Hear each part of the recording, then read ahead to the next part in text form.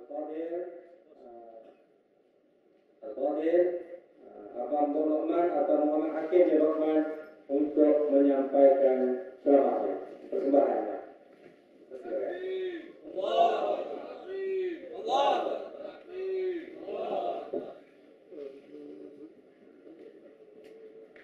Assalamualaikum warahmatullahi wabarakatuh. A'udzubillahi minasyaitonir rajim. Bismillahirrahmanirrahim. Alhamdulillahirabbil alamin.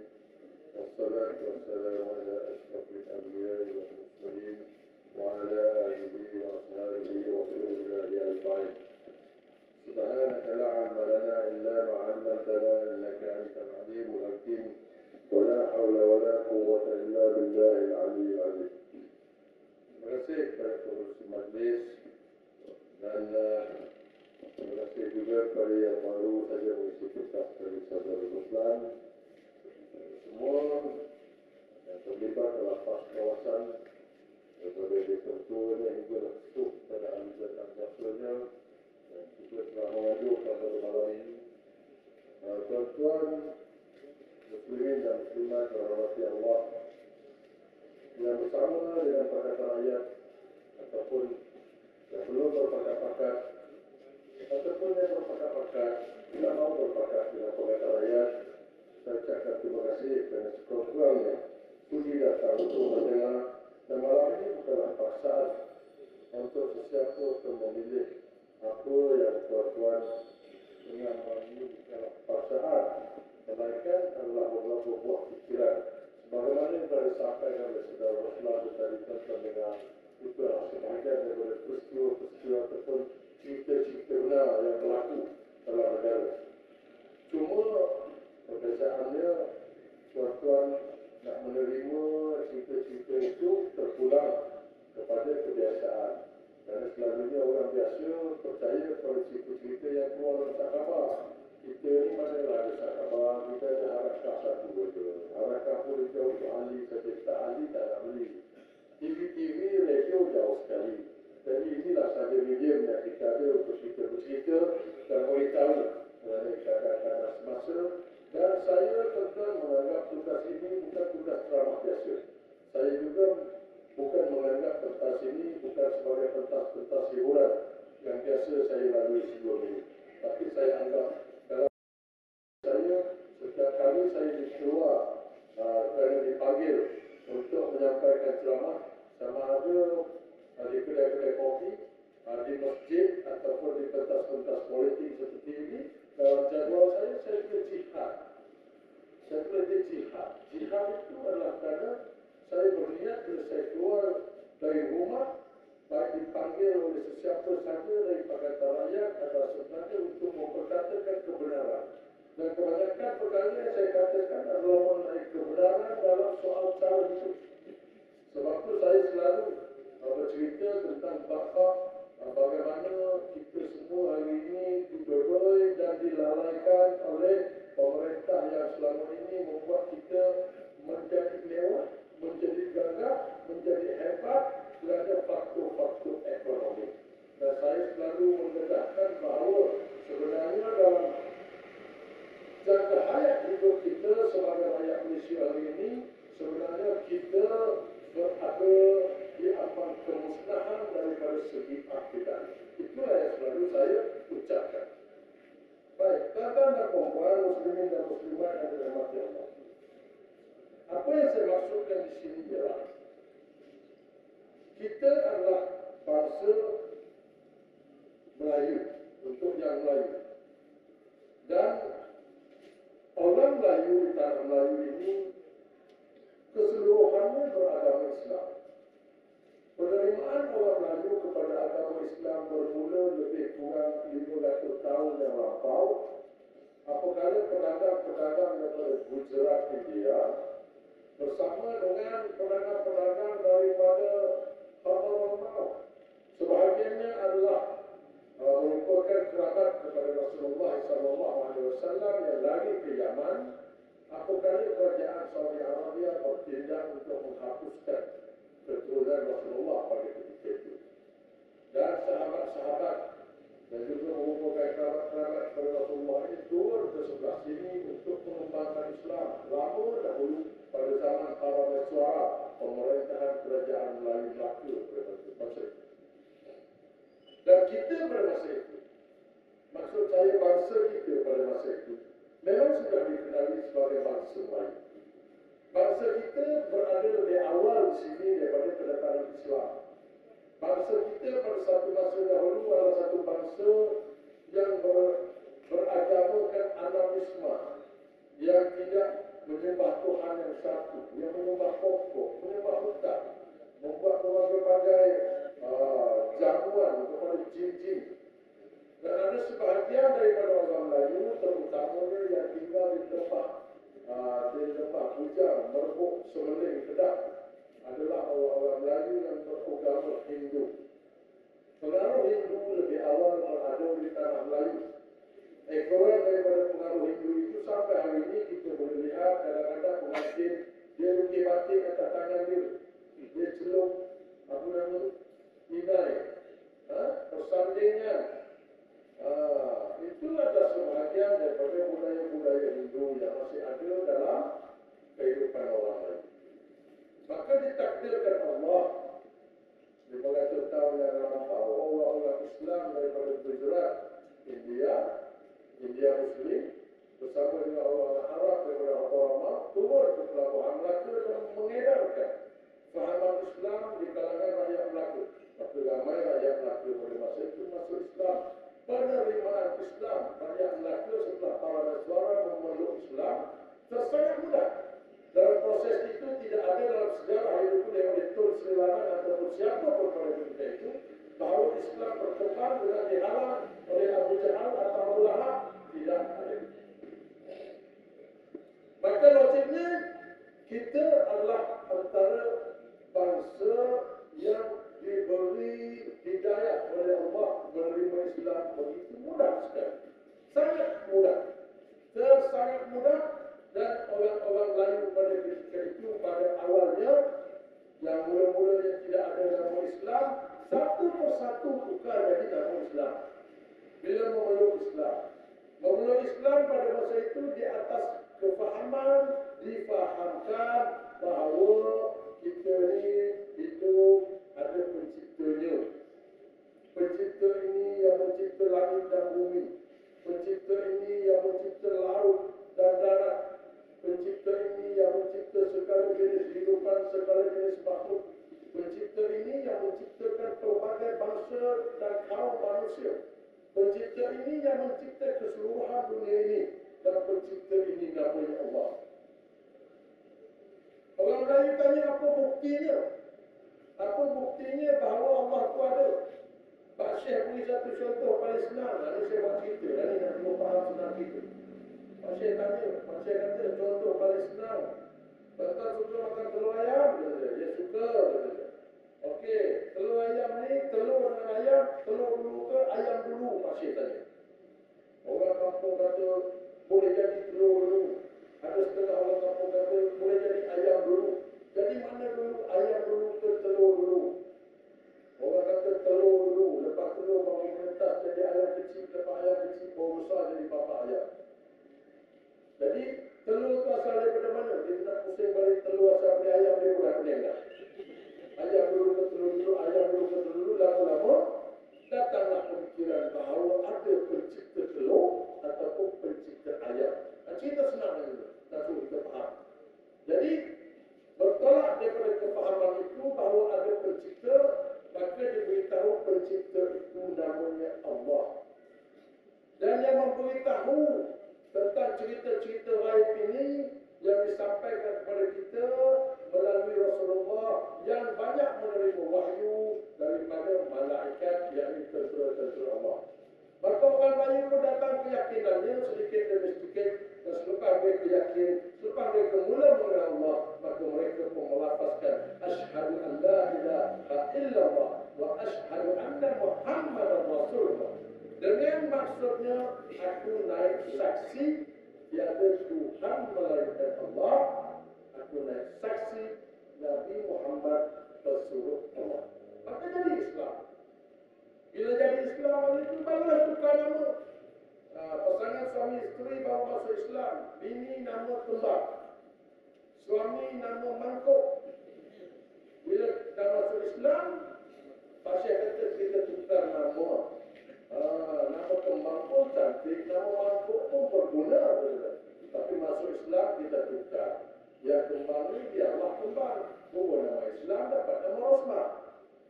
Yang lelaki itu biarlah perangai macam mangkuk. Kata pasal kita masuk Islam tukar nama pun nama Islam pun nama Najib. Maka dapatlah Islam. Nama yang cantik. Tapi Melayu hari ini apa jadi? Melayu hari ini mempunyai nama Islam yang cantik-cantik. Melayu hari ini dalam pengenalannya bertulis agama Islam. Melayu hari ini memerintah sebuah negara Islam. Melayu hari ini memberitahu bahawa agama rasmi negara ini adalah agama Islam. Tetapi 54 tahun negara ini diperintah oleh orang Melayu yang masuk Islam, orang Melayu yang menerima Islam, orang Melayu yang melawankan Islam itu Melayu, Melayu itu Islam, walhal orang Arab yang menerima Islam lebih 1000 tahun dulu tak berani untuk mengumumkan atau tak berani nak declare beritahu bahawa Arab itu Islam, Islam itu Arab, orang Arab tak lupa. Orang Melayu saja boleh beritahu Melayu itu Islam, Islam itu Melayu, perintah negara tanah Melayu.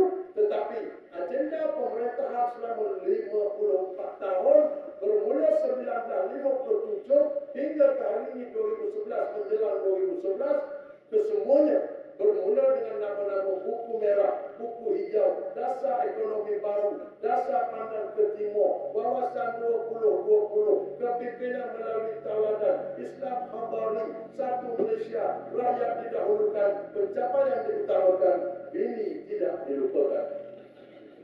Kesemua slogan-slogan itu tuan-tuan, kalau tuan-tuan kaji, kalau tuan-tuan faham, tidak ada satu pun slogan yang bercerita atau slogan yang mempertahankan akidah umat Islam. Slogan-slogan itu sebenarnya yang kita panggil slogan ekonomi yang membuat akidah umat Islam bergoncang, yang membuat akidah umat Islam lemah, dan akhirnya yang membuat orang Islam tak tahu apa itu akidah. Persoalan akidah pegangan kita hari ini ialah ekonomi. Maka sebab itu saya berani kata akidah Allah, akidah ekonomi. Tauhid Allah, Allah. Tauhid pas juga Allah. Akidah Allah, ekonomi. Akidah pas la ilaha illallah Muhammad Rasulullah. Di situ bezanya pas dengan Allah. Saya masuk dalam pas bukan suka-suka. Saya tidak melihat PAS dan UMNO sebagai Manchester United dan Arsenal. Saya bukan tengok ini dua pasukan yang bertanding untuk merebut piala. Saya tidak melihat dua parti politik ini bertanding untuk merebut dunia. Perbezaan antara UMNO dengan PAS jauh sekali, walaupun macam-macam orang kata. Orang kata ini tak boleh nak elak. Semalam dapat SMS daripada siapa tak tahu. Tapi dia cakap anak hantar. Dia kata anak mula terfikir. Bila Hasan Ali kata PAS tidak lagi memperjuangkan Islam, Hasan Ali kata PAS ini sudah mengubah lebih kepada kebajikan dan politik. Anak terfikir bahawa PAS sudah lari dari landasan. Dia pula anak hantar. Padahal saya tahu siapa anak hantar tu. Dia anak hantar pun anak SD nama dia. Kita kenal dia. Itulah selalu mesej-mesej untuk melemahkan fikiran kita yang berjuang. Jadi saya jawab pada dia, apa yang membuatkan kau yakin kepada satu orang manusia? Aku sendiri tak pernah yakin pada Tubuh Aziz. Aku sendiri tak pernah yakin pada Tubuh Haji Habib. Tapi aku yakin kepada kata Rasulullah. Dan aku lihat kata Tubuh Haji Habib dan Tubuh Aziz tak pernah bersalahan dengan Rasulullah. Kenapa melihat pada satu orang yang sama ada betul atau tidak bersama pada Rasulullah? Senang aja tuan-tuan. Orang-orang macam ni kita bubuh waktunya lebih ya. Inilah orang yang selama ini sudah rosak akidah dia kerana ekonomi. Dia buat tu kerana duit. Dia buat tu kerana dia dapat gaji. Kerja dia bahagian melemahkan psikologi orang yang berjuang Islam. Itu dia panggil ekonomi. tuan adalah qada dan qadar, bukan saja akidah. Qada dan qadar juga ekonomi. Tuan fikir bagaimana setiap manusia dalam Malaysia hari ini boleh percaya bahawa qada dan qadarnya akan ditunai pada setiap 30 hari bulan. 30 hari bulan dapat gaji, qada dan qadar. Orang yang tak dapat gaji cukup bulan dia pening. Kalau tiba-tiba kerajaan kita tak tahulah bila dapat gaji bulan ni, dapatnya qada dan qadar daripada Allah belum diturunkan mati kita. Terjelik-jelik, tak boleh nak bayar rumah, tak boleh nak bayar kereta.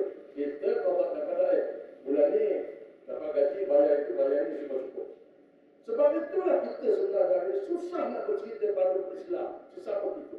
Sebab yang kita nak cerita pada Islam ni adalah orang yang juga percaya kepada tauhid yang satu. Orang yang percaya kepada Allah. Cuma yang masalahnya akidah dia. Ini yang kita susah nak hilangkan pada dia. Sebab dia yakin bila dia kata dia percaya kepada Allah yang satu, dia percaya kepada Allah sebagai Tuhan, dia rasa dia selamat. Apalagi bila dia melakukan Melayu itu Islam, Islam ke Melayu. Dia rasa comfort selagi aku Melayu, selagi itulah aku ada pulang masuk surga. Melayu ke mana-mana dia takkan jadi Cina. Walaupun dia murtad, dia takkan jadi orang putih. Tak usah harap. Jangan ingat tiba-tiba Melayu aku murtad dan ini tiba-tiba aku jadi Flores. Tak ada. Dia kalau dah tetap nama Munah, Munah lah walaupun dia murtad. Jadi penggunaan perkataan Islam itu Melayu, Melayu itu Islam tak boleh dipakai. Tak boleh dipakai. Kerana kita tahu ke tidak, apa yang membuatkan Melayu itu murtad. Kita cukupkan ilmu untuk mengenali bahawa dengan satu lagu kita boleh murtad. Dalam tauhid ada riddah perkataan, ada riddah perbuatan yang membuatkan apa? Yang membuatkan kita ni boleh jadi murtad dengan memperkatakan sesuatu yang menduakan Allah. Bukan susah tuan-tuan. Kadang-kadang hari mereka kita ramai-ramai berkata kita nyanyi. Keranamu kami mendapat uang, keranamu kami hidup mewah. Kerana siapa? Kerana siapa? Kerana Malaysia. Kerana Malaysia, maknanya dalam peta itu sebidang tanah yang membujur. Dalam tarik paus kenyang, dalam tarik betul. Yang itu tuan-tuan kata kerana dia, tuan-tuan hidup mewah. Tuan-tuan, maknanya kerana sekeping tanah itu yang berikan tuan-tuan mewah. Tuan-tuan tak terasa akidah kita sudah rosak. Tuan-tuan tak terasa yang kita sudah menduakan Allah. Kerana kita kalau baca usalli fardal maghribi salasa raka'atin adaan lillahi ta'ala kerana Allah Ta'ala. Macam mana kita yakin menyanyikan lagu macam tu? Siapa ada rasa salah? Ada. Pasal kita tak rasa salah. Pasal menteri pun nyanyi. Menteri dia tak tahu agama. Tapi dia ada menteri agama. Dia ada jabatan agama. Jabatan agama dia tak jaga buat lagu. Tapi jaga buat apa? Jaga buat ceramah tak ada tolak. Dia bukan nak jaga lagu. Itu satu lagu tuan-tuan. Lagu tak. Andainya matahari terbit dari barat, tak akan gaya cintaku kepadamu. Dia buat main juga. Dia buat main. Andai matahari terbit dari barat. Tandanya semua kita tahu nak kiamat. Nabi beritahu salah satu tanda nak kiamat bila matahari terbit pada barat. Nabi beritahu lagi pada hari matahari terbit dari barat, kita baru nak beriman hari itu, iman kita tidak diterima. Jadi dia ni kata hari matahari terbit pada barat.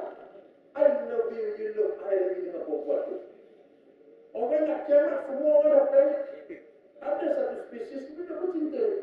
Nak kata apa? Nak kata kan dia tak reti ke apa? Maknanya dia permainkan kebenaran kata-kata Nabi. Permainkan kebenaran kata-kata Nabi. Maknanya permainkan Nabi. Permainkan Nabi maknanya tak percayakan Nabi. Tak percaya salah satu daripada rukun iman murtad. Susah tak? Benda senang itu tak payah tunggu fatwa-fatwa. Fikir sendiri aja. Benda senang. Kalau dia nyanyi andainya matahari terbit dari barat, insaflah semua dunia nak kiamat. Dapat pahala. Itu senang. Kena boleh nyanyi buat sampai murtad dia tu. Apa boleh nyanyi juga. Ditambah belakang-belakang hidup matiku hanya untukmu dia tu. Hidup mati dia untuk kekasih dia, maka mina kencing berak sama macam dia. Ada lagi.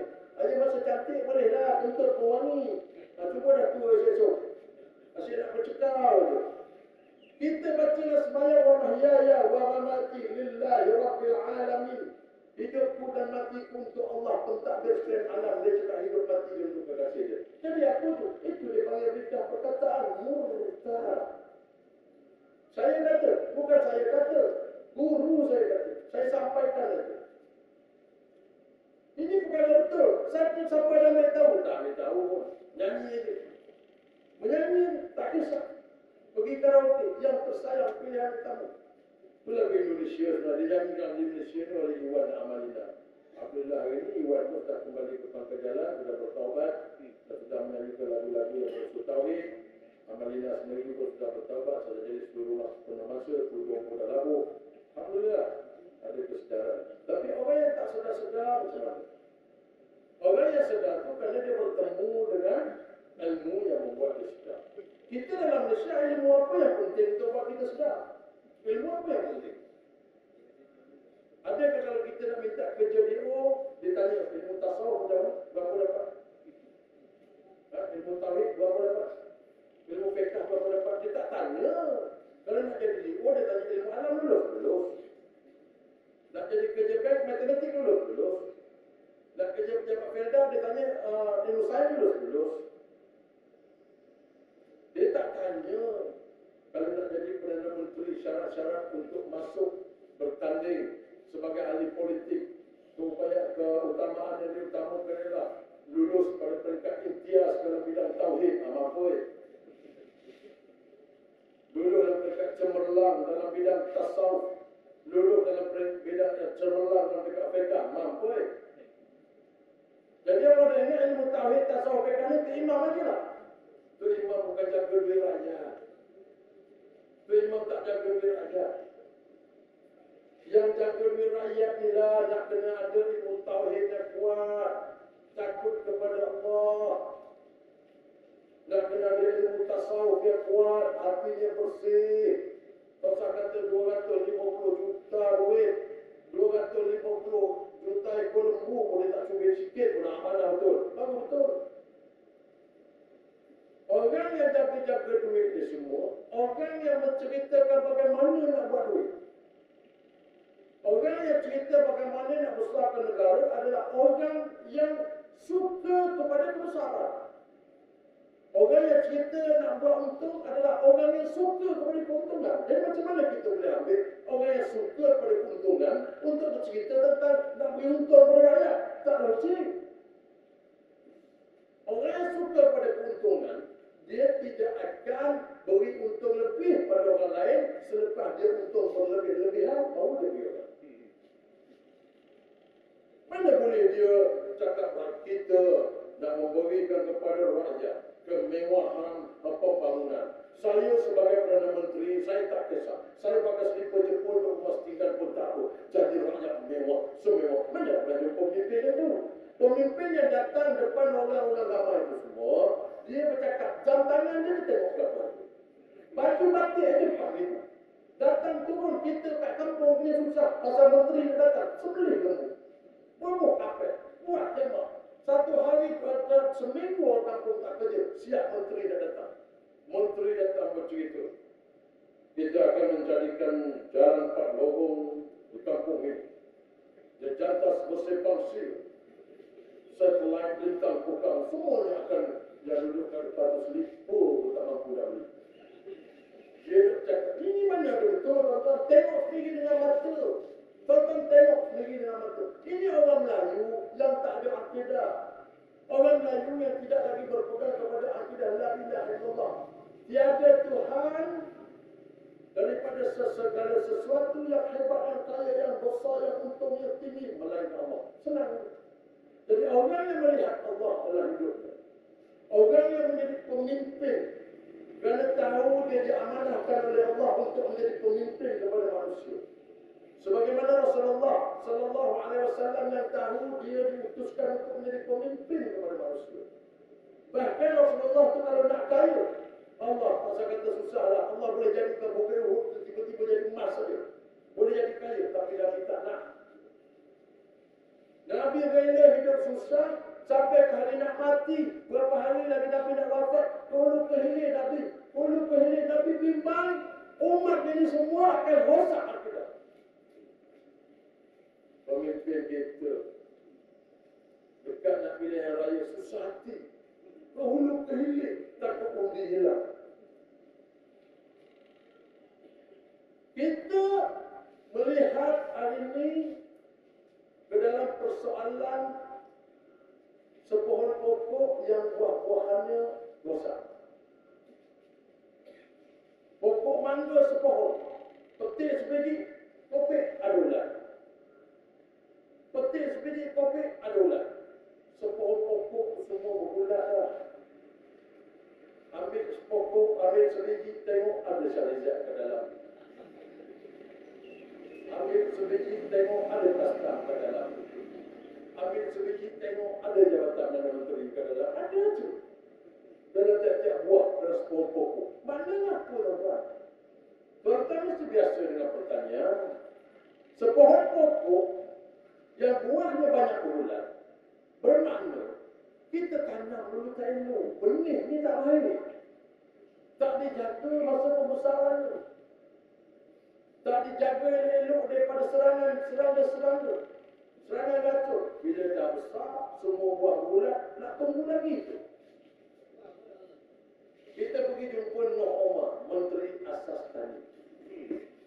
Kata dia, Tok Seri Noh, saya ada sebuah pokok di rumah tu. Tak tahu macam mana lah, habis semua buah berulat. Macam mana nak dibuatnya, Datuk Seri? Kita akan bantu melalui Kementerian Asas Tani, kita akan keluar keputusan untuk membantu proses tanam semula. Maksudnya apa Datuk Seri? Maksudnya kita tebang pokok, kita tanam pokok baru. Bagus juga Datuk Seri. Sebelum tu kita nak tanya juga apa nama pokok tu? Pokok tu namanya Pokok Barisan Nasional. Terduduk dia. Baru dia berhenti berfikir, rosak rupanya pokok. Ini hakikat dia. Yang baik itu tetap baik. Tapi yang banyaknya busuk. Kebusukan paling besar saya tengok daripada sudut pandangan saya, dan saya kata akidah tuan-tuan. Tuan-tuan hidup hari ini tak boleh kalau tak cerita pasal duit. Tuan-tuan hidup hari ini tak boleh kalau tak takut pasal duit. Tuan-tuan takut kalau tak dapat duit. Tuan-tuan takut kalau tak dapat 500. Tuan-tuan takut kalau tak dapat 100. Tapi tuan-tuan tak takut pula. Lepas pada 500 tu berapa pula dia nak tarik? Tak pernah pula kita fikir dia tu. Kita ni fikir tak dapat. Kerana apa tuan-tuan? Orang-orang yang memerintah kita ini mewarisi cara berfikiran orang putih. Orang-orang putih yang pernah menjajah kita, dia sangat mahir dengan cara orang Melayu berfikir. Dia sudah tengok zaman dulu setakat mana, berapa peratus orang Melayu yang benar-benar dalam kategori berjuang untuk melawan Inggeris. Dia boleh bilang nama-nama. Dia bilang Tok Janggut, Datuk Pahaman, Tok Gajah, Mak Gilau, Datuk Sagu, Ibrahim Limbong, Ibrahim Limbong, Abdul Rahman Limbong, siapa lagi? Dul Samit, Tok Kubalo. Dia boleh bilang. Dia boleh bilang. Cuba orang putih pergi ke India. Dia boleh sebut slogan itu. Mahatma Gandhi. Tetapi yang lain dia tak sempat nak sebut. Pasal apa? Bila Mahatma Gandhi kata orang putih mau tangkap, kita semua keluar. Penjara ada 20, keluar 200,000. Mana nak sempat? Habis keluar sampai orang putih tak kenal nama lain. Kenal Mahatma Gandhi. Di Indonesia orang Belanda kenal siapa? Di Ponorogo. Kenal pahlawan-pahlawan Wali Sembilan. Dia orang ni berjuang di bawah kepimpinan sampai orang putih, orang Belanda tak sempat nak kenal nama orang. Penuh. Tuan-tuan, antara banyak-banyak bangsa Melayu, kalau tuan-tuan kaji, perjuangan bangsa Melayu di tanah Melayu adalah yang paling terendah sekali. Orang Melayu juga yang memusnahkan Mak Gilau. Orang Melayu juga yang memusnahkan Datuk Pahaman. Orang Melayu juga yang memusnahkan Tok Janggut. bukan orang lain. Orang Melayu yang memberitahu tentang rahsia-rahsia kehebatan pejuang-pejuang Melayu kepada orang putih, kepada orang Jepun. Orang-orang Melayu hanya menerima saja. Jadi hari ini tuan-tuan, kalau kita bertengoklah masalah-masalah, berapa banyak ahli politik datang cerita masalah macam-macam pada tuan-tuan, tuan-tuan takkan rasa kita ni satu bangsa yang relax. Kalau dia cerita Tan Sri Amrin Buang beritahu bahawa 54 bilion duit ETF diberi pinjam secara meragukan. Tu ya. Gitu. Ada rasa? Tak ada rasa. Cuba kalau tengok orang Cina. Orang Cina akan menjaga duit sebelum rumah dia tergadai. Orang Melayu akan mengamuk bila tanah dia dah tak ada. Ini perbezaan. Ini kenyataan tuan-tuan. Jangan rasa terhina. Sebab untuk berubah perlukan ubat. Ubat semua selalu pahit tuan-tuan. Tak ada ubat yang manis. Saya nak masuk duduk dengan tuan-tuan, tuan-tuan. Saya bukan masuk kerja macam ni. Saya bukan masuk saya fikir. Aku ni berlakon sebulan ada 20-30 ribu. Aku masuk lapas ni tak tahu apa yang tidak. Dan tentu lah dia orang tak panggil lagi aku berlakon. Dan tentu dia orang tak panggil aku masuk TV. Dan tentu dia orang tak panggil aku jadi pengacara. Tapi pasal aku masuk, inilah keperluan yang perlu kita ada dan perlu kita yakini untuk jadi pejuang yakni ilmu. Hanya satu saja ilmu yang membuat saya yakin untuk berjuang, inilah ilmu syariat. Yang di dalamnya ada tauhid, fiqh, tasawuf dan berbagai lagi ilmu-ilmu yang akan membantu kita untuk memberi jawapan apabila ditanya dalam kubur nanti, Man Rabbuka, siapa Tuhanmu? Ilmu itu juga yang yakin, yang saya yakin, yang saya belajar. Kalimah la ilaha illallah itu juga yang membuatkan saya berani bangun untuk duduk bersama tuan-tuan. Kalau dulu Bob nama dia bersama orang berhibur, hari ini Bob maksud dia bersama orang berjuang, tuan-tuan. Jadi kalau tuan-tuan semua tak terasa bagaimana untuk berubah dalam cara perjuangan ini tuan-tuan, maka tuan-tuan seolah-olah sekadar menikmati hiburan semasa usia masih ada. Ini perjuangan. Orang-orang yang tidak ada penetapan, yang belum tahu nak sokong PAS atau UMNO, mesti cari tempat sekarang. Nak sokong PAS ke nak sokong UMNO, nyatakan, jangan duduk atas pagar. Sebab kalau saya pergi kalau dia Taipei, saya tengok kebanyakan yang duduk atas pagar itu bukan orang, tuan-tuan. Saya pergi Zoo Taipei, duduk atas pagar tinggi tanda tangan. Bukan orang tu. Ada 2-3 spesies primat. Jadi kalau tuan-tuan nak nyata sebagai manusia, pilih salah satu.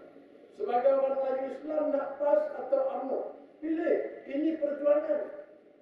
Saya tak paksa tuan-tuan untuk masuk PAS ni di atas kehendak masing-masing. Rasa nak masuk PAS, masuk PAS. Tapi kena tahu kenapa masuk PAS. Rasa nak masuk UMNO, masuk UMNO. Tapi kena tahu kenapa masuk UMNO. Allah kata, La tahfu ma laysa laka bihi ilm.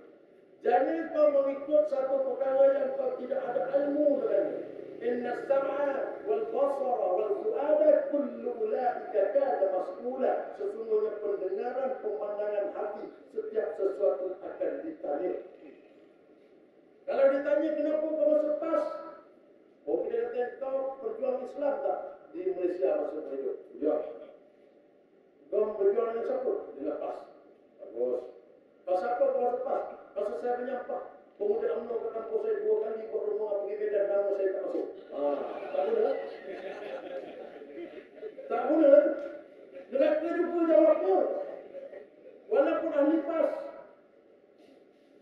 Masuk berjuang dalam Islam ni, dalam PAS Malaysia ni, nak kena faham kenapa.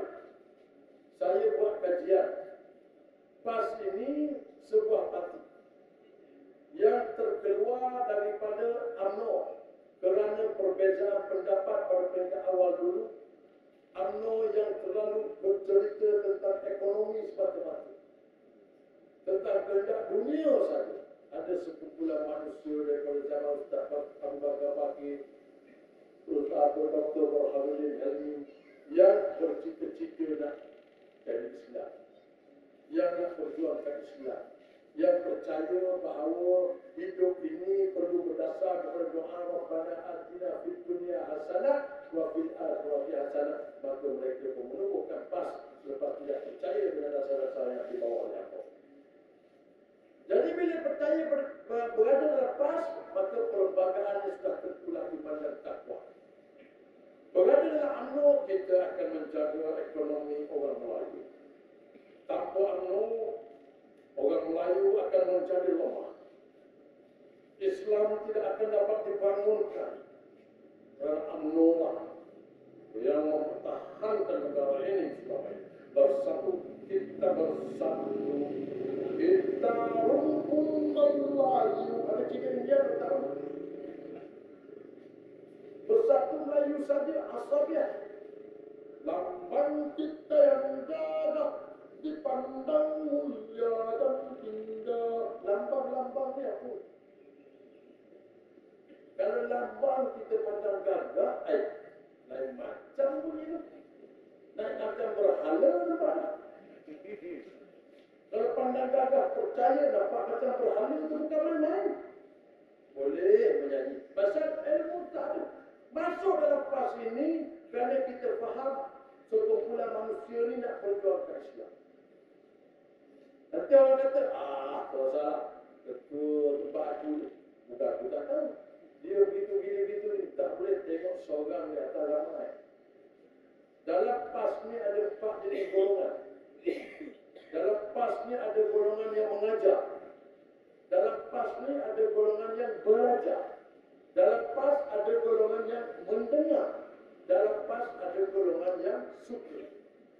Yang suka tadi. Kalau kita nak tengok dia suka pada Islam, tapi dia tak sembahyang, ada. Tapi dia suka pada Islam. Itu jika ada 4 golongan. Jadi kalau kita nak tengok di atas sikap sembahyang. Sikap sembahyang. Ada orang sembahyang. Tetapi akidahnya ditampakkan sama juga. Sama juga. Ada orang sembahyang kerana adat. Ada orang sembahyang kerana ibadat. Hari ini kau nak cerita batu, keseluruhannya dah lentap buka. Kerana apa? Islam tidak pernah diberi tempat yang benar sepanjang orang Melayu beragama Islam memerintah tanah Melayu. Tak pernah. Islam menceritakan tentang bab-bab ekonomi yang saya sebutkan. Jadi hari ini keutamaan utama ekonomi. Sehingga kita terlupa bahawa kata-kata yang pernah dikatakan oleh Presiden PAS Allahyarham Ustaz Fadil Noor, ekonomi global. Kata-kata yang dikatakan oleh Hassan Al-Banna, ekonomi global. Kata-kata yang dikatakan oleh Said, ekonomi global. Ekonomi adalah senjata Yahudi untuk melemahkan akidah umat Islam. Tuan-tuan lebih lama dari lepas takkan tuan-tuan dah lupa kata-kata amanat daripada Presiden satu masa dalam ucapan beliau. Saya berguru dengan buku beliau. Selain daripada guru-guru yang lain, daripada segi politiknya saya berguru dengan buku-buku Ustaz Fadil Noor. Kerana saya melihat ucapan-ucapan dasar yang pernah dilakukan oleh Ustaz Fadil Noor melangkaui jangkauan masa yang kita cerita pada hari ini. Kerana beliau berfikir sama dengan kehendak saya, yakni nak cerita bab-bab lain, cerita bab asas dulu. Nak cerita bab lembu berjuta, nak cerita bab beli cincin, nak cerita bab tanah, nak cerita bab apa, tengok bab akidah. Orang yang tak ada akidah, dia tidak mungkin akan menjadi orang yang menjaga amanah. Orang yang ada akidah, dia akan memegang amanah kerana dia takut kepada Allah. Orang yang tak ada akidah adalah orang yang berani berbuat apa sahaja. Satu contoh besar orang yang rosak akidahnya tapi kepercayaannya kepada Allah tetap ada adalah golongan Yahudi. Yahudi percaya kepada Allah. Yahudi juga pernah diberitahu bahawa ada satu Nabi di akhir zaman nanti nama Muhammad bin Abdullah. yang akan menjadi Nabi penutup, Khatamul Anbiya. Maka hendaklah kamu beriman kepadanya. Tetapi orang-orang Yahudi yang ini dengki kerana Nabi yang datang bukan daripada bangsa dia, maka dia mengganggu seluruh umat manusia yang beragama Islam. Dan gangguan paling besar ini ialah ekonomi. Pada masa apa nama semalam aku lupa ya? Apa nama tu dia? Henry Gening dihantar ke Malaysia untuk memperkemaskan struktur politik orang-orang di sini. Ramai orang tak tahu pada masa itu. Hinggalah juga sampai hari ini orang tak tahu yang Henry Gening itu adalah Yahudi.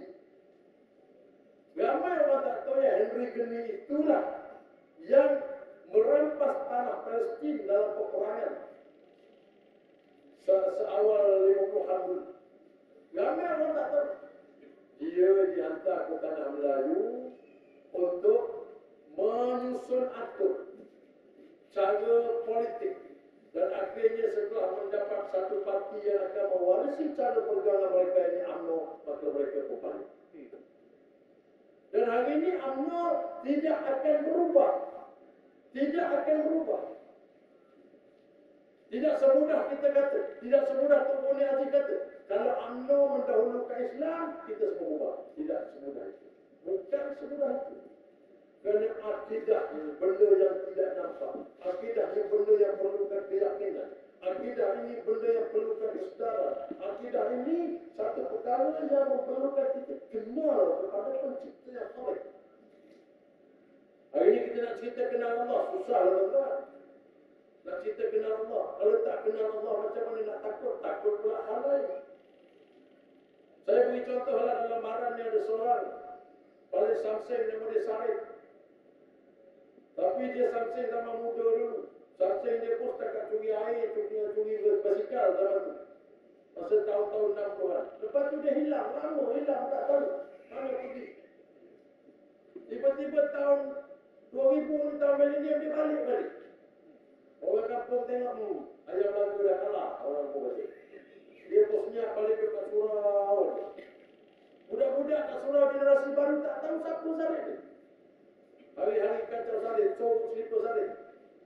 Sarif datang surau bubuh, pisah naik atas motor Sarif. Sarif relax. Satu hari seorang bekas ketua polis negara juga asal orang Marang balik ke Marang. Bila balik ke Marang, pergi sembahyang di surau tempat Sarif tadi ada. Sembahyang sebelah-sebelah tapi tak puasa. Tu imam beri salam, Assalamualaikum warahmatullahi wabarakatuh. Sarif belah kiri, bekas ketua polis negara duduk belah kanan. Tu imam beri salam pertama, tu imam beri salam kedua, ketua polis negara bagi salam pertama, Assalamualaikum. Sarif bagi salam pertama, selepas tu imam bagi salam kedua. Jadi bila ketua polis negara pusing bagi Assalamualaikum, Sarif pusing belah sini, Assalamualaikum. Ketua polis negara nampak Sarif, terkejut tu, Sarif. Tu imam terpajak pusing belakang, Pasapa. Pasapa tak Sarif? Sarif, Sarif, kenapa? Bukan tak kenal Sarif.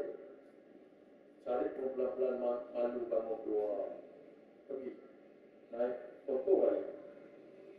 Kalau aku taksi dulu masjid itu. Sarif ni. Di Kuala Lumpur, Bukit Aman tu file dia saja-saja. Tak boleh nak settle. Kes pelik-pelik. Orang tanya kes apa? Kes dia kalau detik telinga orang belah kanan jatuh. Orang telinga belah kiri sekali. Dia kalau tepuk kepala orang ke belakang jatuh. Dia biji-biji mata sekali. Sarif dia orang kaya, banyak tanah dia di Kuala Lumpur. Macam mana boleh banyak tanah? Dia kalau masuk kedai kopi nak minum, dia minta kopi O1. Toki kedai tu bukan setakat pergi kopi O. Pergi kedai tu dengan tanah sekali. Takut kena Sarif. Barulah orang kampung tahu siapa Sarif ni. Bila heboh satu kampung Sarif begini-begini. Tuan-tuan rasa budak-budak berani kena balik-balik selipur dia. Tuan-tuan rasa berani kena sembahyang sebelah dia. Takut bawa dia angkat takbir tertumbuk muka. Tercabut dah bulu-bulu. Kerana kenal siapa Sarif, maka takut. Tapi hari ini kita tak buat. pergi rumah orang makan kenduri dan tak buka kenduri ni, nak balik dulu ya. Dan tuan rumah balik dulu. Oh saya bukan tuan rumah, saya Bangla sini sila pokok. Tuan rumah belakang tak kenal tuan rumah makan. Kenyang, makan minum kenyang. Kita ini hidup itu mata berkelip, kaki berjalan, tangan memandu. Tengok sana, tengok sini, sedut nafas, batuk, minum air, nikmat semua. Jumpa orang boleh berbual, jumpa orang boleh bertekak, jumpa orang boleh berdebat, boleh tengok TV. Macam-macam makan kita makan nikmat Allah, tapi Allah kita tak kenal. Orang yang tak kenal Allah hari inilah yang memerintah kita. Orang yang tak takut pada Allah hari inilah yang memerintah kita. Kalau orang yang memerintah kita dikenal, tidak akan berlaku sebagaimana peristiwa saat itu. Kalau orang tahu siapa yang memerintah, orang tak akan buat. Ini tuan-tuan hari ini, saya tengok satu perkara yang sangat memalukan dari Kuasa Perhimpunan Agung UMNO. Perempuan itu. Nama siapa? Izzat. Oh. Boleh, saya mana tahu. Saya menteri, itu urusannya dia suami saya. Kalau saya semak dengan betapa itu sekali. Dia itu menteri apa dengar? Menteri Pembangunan Keluarga dan Masyarakat. Tapi tak keluarga dia sendiri boleh tak tahu. Suami dia buat apa boleh tak tahu. Ada boleh tentu. Ini silap-silap katanya Zat ni betul. Kalau aku tak tahu dia. Dia duduk dalam satu kementerian yang jaga orang lain punya bak. Dia kalau bak perempuan mengandung wanita ke perempuan yang sibuk. Tapi bak laki dia buat apa dia boleh tak tahu. Takkan dia tak tahu dia bima ayam. Banyak duit ini mana dapat. Takkan dia tak tahu. Dan mustahil tiba-tiba laki dia buat kerja tu dia tak kenal. Tak beritahu carinya. Takkan malam-malam tidur pasal padah. Ada logik tu. Dari percakapan inilah. Percakapan yang sedemikian yang membuatkan orang Melayu sudah tidak berkembang daripada fikiran yang sejati. Tuan-tuan tengok rakyat Korea dan rakyat Jepun. Hari ini kita tengok Korea, kita jangan main. Dulu boleh. Kita main Korea. 3-1 Malaysia mendahului Korea. 3-1 kurang lebih 15 tahun bola merdeka. Satu zaman dulu Malaysia pernah skor 10-0 kepada Jepun pesta bola merdeka. Dulu. Cuba ajak main sekarang. Kena bawa sekampung nak putih bola apa balik tu. Main Korea, main Jepun dan ini tuan-tuan. Rakyat ni, rakyat Jepun yang dulu juga. Korea tu negara dia duduk di situ, tak pernah pindah. Tak pernah berpindah. Tetapi dalam sejarah kepimpinan Jepun dan Korea, yang sentiasa bertukar pemimpin, yang sentiasa bertukar parti.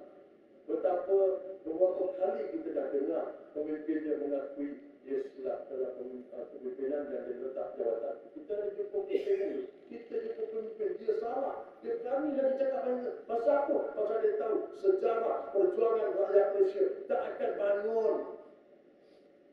Kau macam mana dia selak lengan pun tak akan bangun yang perjuang-perjuang dalam Malaysia. Pasal berdasarkan sejarah. Ini sudah terlalu lama. Orang Malaysia ni bijak berfikir dan bercakap. Berfikir, bercakap, berdebat bijak. Tapi untuk bangun, berjuang betul-betul tuan-tuan dalam sejarah belum ada. Belum ada. Yang hampir-hampir membangkitkan perjuangan yang paling hebat dalam Malaysia adalah Bersih 9 Julai. Yang saya tengoklah sejarah paling hampir. Yang dikatakan alah 67,000 orang dia datang. Kalau dia tak tahan.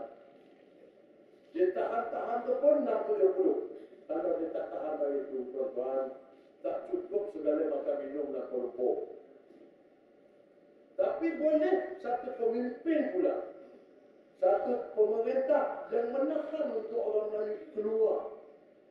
Berani menyuarakan pendapat. Maka Melayu pun, orang Malaysia pun duduk balik, relax balik. Dia nampak macam tu. Tuan-tuan, perjuangan ni satu perkara yang sangat membenarkan. Perjuangan ni satu perkara yang tidak boleh dilihat masa depan. Apatah lagi kita berjuang dalam Islam, ini bukan perjuangan kita. Bukan kita yang mulakan perjuangan ini. Perjuangan ini dimulakan oleh Rasulullah. Dan perjuangan ini bukan kita yang hentikan. Selagi belum kiamat, selagi itulah Islam perlu diperjuangkan walaupun kita menang satu hari, kerana kita tetap akan berjuang dengan nafsu yang boleh tenang. Hari ini yang berlaku kalau pemimpin tak berdaya untuk menahan nafsu apabila mereka punya kuasa. Mereka tak berdaya untuk menahan daripada mengambil duit-duit balak. Mereka tak berdaya nak menahan daripada mengambil duit-duit hasil jualan tanah. Tak berdaya. Tapi hari ini setelah dibuktikan oleh beberapa negeri, Pakatan Rakyat dan pemerintah, orang masih tak percaya. Orang tak percaya tengok Pening boleh untung. Orang tak percaya selama untung, tak percaya. Pasal apa tak percaya? Pasal tak ambil lombor depan dia. Kita punya pening nak kena lombor depan. Ni durian ni, obat-obat buat durian. Tak lombor tak percaya. Tetapi bila tengok Tasbih ribuan audit negara pun tak percaya. Tapi apa yang orang menipu dia boleh percaya, dia sangat pelik, sangat pelik. Bila Lim Bain beri duit pada guru-guru agama, budak-budak tahfiz, orang tak percaya. Orang tak percaya. Bila Lim Bain menang, dia kata habis Ketuanan Melayu Pening, tak tahulah. Padahal masa dia ada sikap jaga Ketuanan Melayu Pening zaman dulu, masa dengan pemerintah-pemerintah sebelum tu, tak ada satu perkara pun yang dibuat untuk mengukuhkan Islam di situ. Tak ada. Dia lah suku jaga ekonomi, tapi Melayu lain patut naikkan Islam. Tidak. Pening itu satu bukti yang paling besar kepada kita. Kalau kita tak jaga agama kita, satu hari nanti Allah akan hantar bangsa lain jaga agama kita. Hari ini di Pening jaga Islam, Lim Bain, orang Cina. Tapi orang Cina yang belajar tentang keadilan pemerintahan. Orang Cina yang tahu apa itu akidah. Walaupun dia belum lagi masuk Islam, tapi saya pernah dengar beliau berkata, tuan-tuan boleh cari dari YouTube seminar pengupayaan bangsa di Shah Alam. Beberapa bulan yang lepas dia buat kata, saya kalau ingin membuat sesuatu di Pulau Pinang, saya akan melihat sama ada perkara itu merosakkan akidah orang Islam atau tidak. Kalau merosak akidahnya, saya tidak akan buat. Dia cakap tuan. Dia cakap. Hari itu saya ceramah di Taman Melewah. Saya cakap akidah dia orang tu. Lepas tu satu Cina yang cakap dengan saya tu, saya suka dia cakap pasal akidah. Pasal ini perkara betul-betul boleh buat orang Islam lebih kuat. Saya cakap dia, apa pasal dia tahu akidah? Mestilah saya tahu, saya baca pasal itu Rasul Islam. Belum lagi lah.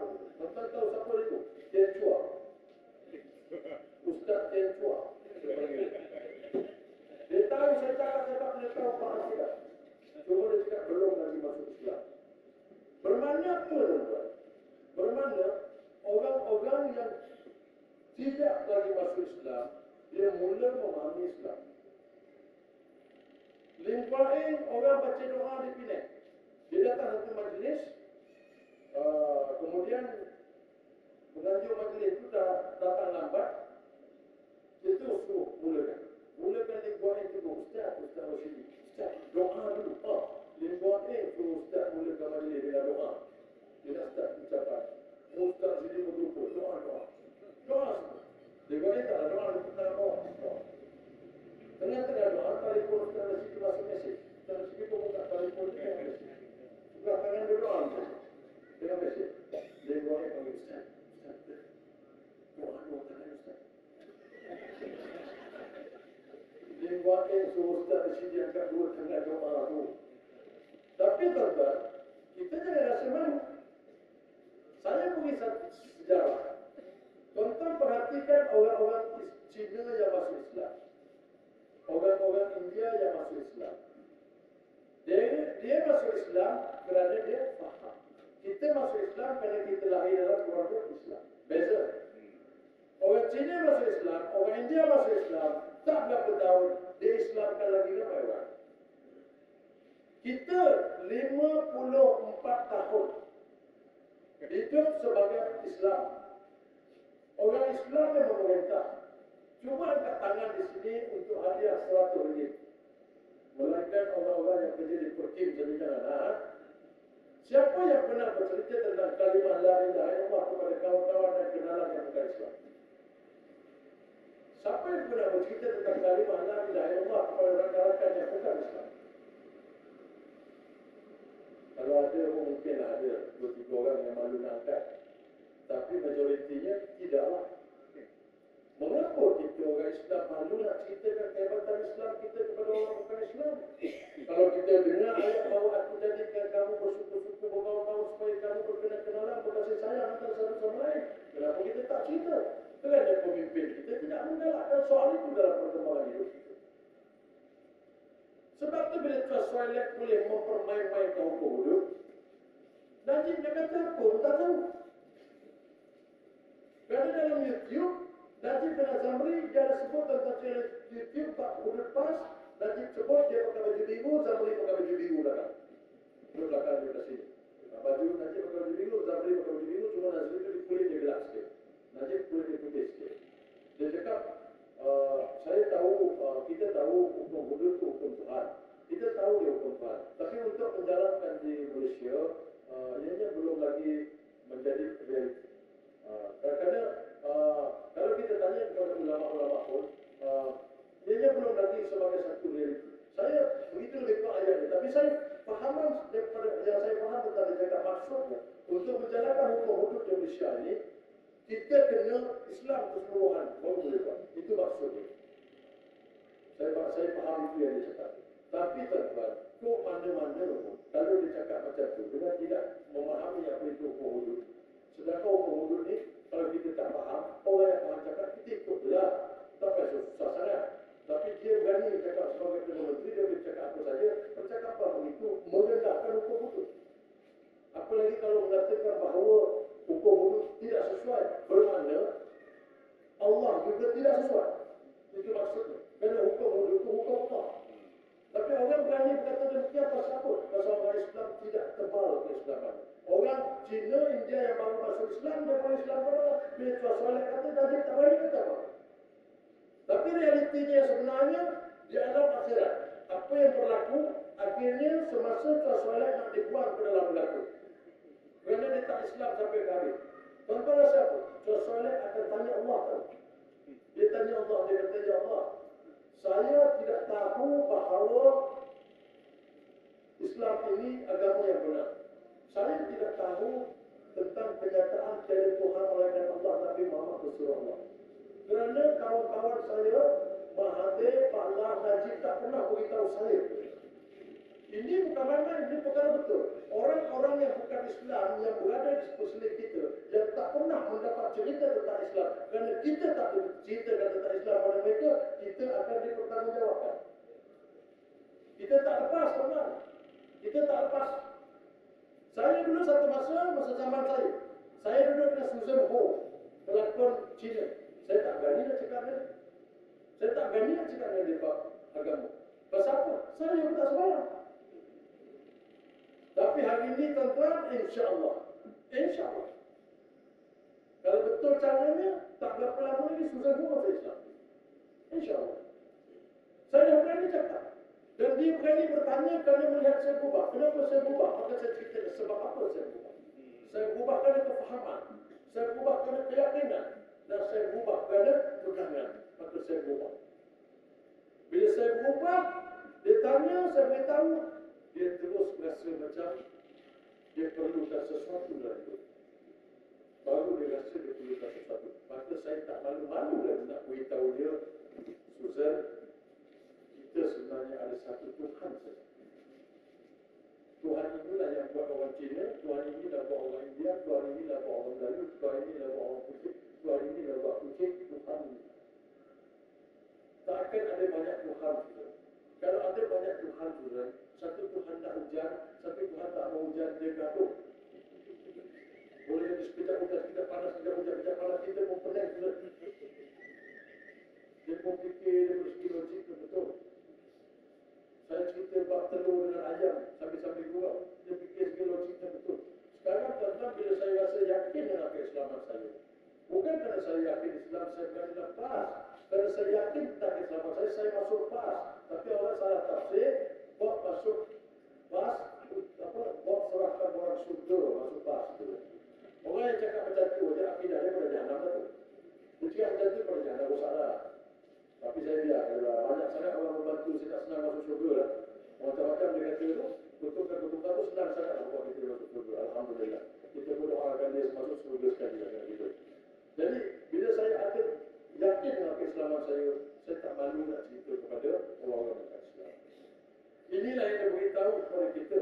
Ayat la'in syakartum la'azidannakum wa la'in kafartum inna azabi lasyadid. Kalau kamu syukur, aku tambah. Kalau kamu kufur akan nikmatku, azabku amat pedih. Dulu masa satu pilihan raya di Bali tahun 2008, saya membantu UMNO pergi kempen. Pergi kempen UMNO bukan main. 35,000 bang. 2 minggu. Saya 35,000. Tapi tak ada benda saya nak cakap. Kita nak pilih ayat nak cakap pun tak boleh. Jadi kita cakap tuan-tuan undilah Barisan Nasional. Kalau tuan-tuan undi Barisan Nasional, kerajaan akan maju, negara akan maju. Maka saya boleh perlu melapor dia. Tuan-tuan boleh nampak saya kat TV, ya tentu ya. Itu je. Lain tak boleh, lain nak cakap apa? Tak boleh. Tapi satu ustaz ni, ustaz bujaket je boleh. Dari bujaket itu kita. La'in syakartum la'azidannakum wa la'in kafartum inna azabi lasyadid. Allah beritahu kalau kamu syukur aku tambah. Tapi kalau kamu kufur akan nikmatku, azabku amat pedih. Betul? Terjemahan betul. Ulasan. La bihadini. Kita tak reti nak syukur. Kerajaan beri kita jalan. Kerajaan beri lampu jalan. Tak reti nak syukur. Dulu kalau nak pergi Kuala Lumpur, Parlimen Harvey Rosenberg. Lah ni ada jalan setiap kereta tak ada masuk dia sampai dah. Dulu kalau di kampung tak ada lampu, balik bersurut di surau, nak cari selipar atau di belangga hidung, gelap. Lah ni ada lampu jalan, bila nak sembahyang tahajud pun tak apa, dah tegang. Itu ni kan anduk. Anduk kita mesti cuba ke pantai. Itu time bodoh sebenarnya bodoh. Bila dah pandai balik belajar, dicari balik ustaz tu kalau tak jumpa ni sampai hari kalau jumpa nak ceramah dia lah ustaz. Ustaz ingat dia cakap ayat 7 surah Ibrahim. Ustaz cakap apa syukur dengan raya. Betul ustaz betul. Lah dia saya percaya betul. Pasal apa? Pasal ni bila kita syukur Allah tambah. Bila kita syukur pada jalan tu Allah tambah ustaz. Tambah apa? Tambah betul ustaz. Bila kita syukur lampu jalan Allah tambah apa? Tambah tarikh listrik naik ustaz. Ada boleh buat perumpamaan macam bila saya pergi belajar tu guru saya ajar lain. Guru saya kata salah satu nikmat yang diberi paling besar kepada kita ni, tamanya nikmat yang kita lahir. Kita lahir. Kalau kita tak lahir, kita tahu dalam sperma air mani itu ada berjuta lebih daripada kita yang tak jadi. Kita jadi. Kita lahir. Lahir kita boleh makan, boleh tengok wayang, boleh naik kereta, boleh angkat motor dari depan, boleh ganti motor dari belakang. Tak boleh.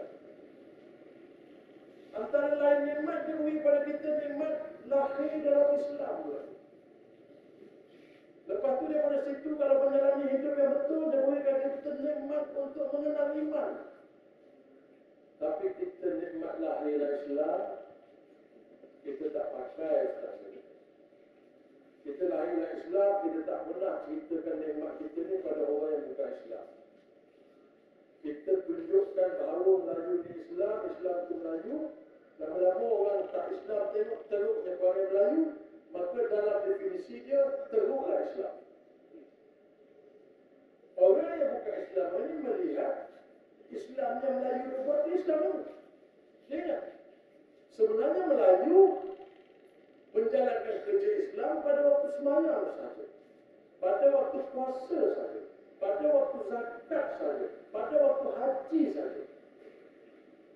Sebenarnya Islam itu berlaku apabila kita buat apa yang dikatakan oleh Allah, wa ma khalaqtul jinna wal insa illa liya'budun. Tidak aku ciptakan jin dan manusia ini melainkan semata-mata untuk beribadat kepada Dia. Jadi bila kita duduk lepas subuh nak tunggu ibadat seterusnya lepas zuhur, kalau kita ambil sembahyang itu sebagai ibadat, di antara waktu subuh ke waktu zuhur, ayatnya ialah wal asr innal insana lafi khusr. Sesungguhnya manusia ini berada dalam kerugian. Illa allazina amanu wa amilus salihah, kecuali mereka yang beramal soleh yang dapat berpesan-pesan dapat tidak lazina amanu kecuali mereka beriman dan beramal soleh. Beriman dan beramal soleh maknanya selepas waktu subuh. Nak pergi ke waktu zuhur, dia buat kerja yang baik-baik. Dia pergi cari makan niat kerana Allah. Bila dia niat kerana Allah, dia dapat duit, dia belanjakan duit itu untuk dapatkan tenaga, makan, minum, pakaian untuk orang untuk kembali menyembah Allah. Begitu cerita dia. Tetapi kebanyakan daripada kita tidak begitu. Di antara waktu-waktu sembahyang itu banyak kita melakukan kemungkaran. Makanya kita tidak melihat bahawa peluang di antara waktu sembahyang ke waktu sembahyang itu ibadah. Jadi apabila daripada waktu sembahyang ke waktu sembahyang kita tidak melakukan ibadah, bermakna kita tidak ada sistem ubudiyah, sistem kehambaan. Kita tidak hidup selepas waktu sembahyang kerana Allah. Kita sembahyang saja kerana Allah, tapi kita hidup di antara waktu sembahyang tidak kerana Allah, melainkan kerana nak makan, melainkan kerana nak minum, melainkan kerana nak bayar rumah, bayar kereta, tanggungan anak itu. Maka kehidupan kita tidak ikhlas kerana Allah. Bila kita tidak ikhlas kerana Allah, bermakna agama yang ada dalam orang Islam bukanlah agama yang lurus. Jadi bukan agama yang betul. Agama yang berada dalam orang Melayu hari ini bukan agama yang lurus. Sebab Allah kata, "Wa ma umiru illa liya'budullaha mukhlishin lahu-d-din hunafa." Tidaklah aku perintahkan manusia untuk menyembah aku, melainkan setelah mengikhlaskan agama dan menjauhi kesesatan. Wa yuqimus salata wa yutuz zakat, dan mengerjakan sembahyang serta zakat. Zalika dinul qayyimah. Kenal dulu, ikhlaskan agama yang kerana Allah dan jauhi kesesatan, tak pakai rasuah. Tak membuat rakyat sesat, tak membuat rakyat terpesong. Tapi kita tuan-tuan, kalau tak maulid Nabi, bukan main lagi balak, pagi-pagi lagi balak. Dan penat petang-petang malam boleh hadir, tak ada balak. Bukan main berselawat. Dan berselawat, kenal 2-3 orang, malam dia juga, ya bukan orang lain. Ini agama yang kita bawa adalah agama yang salah. Dan sesungguhnya saya berani berkata dengan pemerintah selama 54 tahun ini, orang Melayu di tanah Melayu mendapat cara pendedahan Islam yang salah dan menunjukkan agama Islam yang salah pada orang bukan Islam. Kita berdiri lebih sebagai bangsa, kita tidak berdiri kuat dengan agama. Kerana agama yang memuliakan bangsa, bukan bangsa yang menghidupkan agama. Agama sudah ada sebelum bangsa itu ditentukan apakah agama.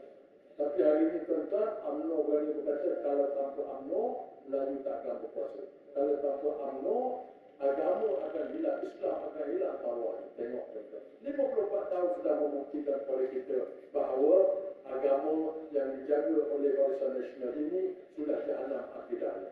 Kalau tuan-tuan bekerja di pejabat-pejabat, tuan-tuan tahu kalau dulu sebelum pelaksanaan baru ini, kita kerja hingga umur 55 tahun. Maknanya 57 hingga 2011 sudah 54 tahun. Masuk 2012 sudah 55 tahun. Maka sudah sampai waktunya kerajaan yang sudah tua ini pencen tuan-tuan. Kerana mereka sudah berusia 55 tahun. Jadi pencen ini bukan pencen daripada jabatan perkhidmatan awam. Pencen ini adalah pencen daripada pribadi-pribadi yang menginginkan Islam. Dan pribadi-pribadi yang mahu mewujudkan kerajaan Islam. Dan pribadi-pribadi yang mahu ada hakim-hakim yang menjalankan hukum Islam, maka tertegaklah negara Islam bila ada 3 unsur ini dalam masyarakat. Jadi tuan-tuan, saya rasa setakat itu saja kerana dah dapat warning. Cuma, sebelum akhir kita minta ni jarang saya dapat bersama di tengah-tengah bandar macam ni. Dulu kalau kat tengah-tengah bandar macam ni, saya buat konsert kena wing atau search. Di tengah bandar dapat ceramah ni rasa seronok pula. Jadi, tapi saya dah kalau di tengah-tengah bandar ni tak memekik, tak seronok. Kita pekik sekali malam ni, kita pekik melawan takbir kuat punya. Dan kita niatkan takbir kita ni memberikan kekuatan semangat perjuangan kepada kita dan melemahkan orang yang menghalang perjuangan kita untuk menegakkan agama. Mana tahu dalam ramai-ramai tuan-tuan ni, saya pun tak nampak budak-budak ni mungkin ada takbir yang ikhlas, dan nanti boleh sampai di rumah Datuk Seri Najib. Sampai malam ni, tengah malam kan baru sampai, tiba-tiba non Hajjah Rosmah, Syah malam. Haji tanya kenapa Hajjah malam-malam? Hajjah kata tak tahu Haji. Sejak balik Mekah ni, ada terfikir-fikir rasanya semacam nak masuk kelas. Dia kata, ya. Kalau dia kata nak masuk kelas, dia jadi ketua Dewan Muslimat lah. InsyaAllah, dari kita pun tak susah banyak kan. Bagi satu cincin, kita dah boleh lepas. Satu, pilihan raya di kita buat kerja. Tak payah nak derma-derma jihad dan tuan-tuan. Jadi insyaAllah, setakat itu saja Allah Wabillahi taufiq wal hidayah. Wassalamualaikum warahmatullahi ta'ala wabarakatuh. Bismillahirrahmanirrahim. Takbir! Allahu Akbar! Wabillahi alhamd. Siru ala barakatillah. InsyaAllah kita menang hari ini.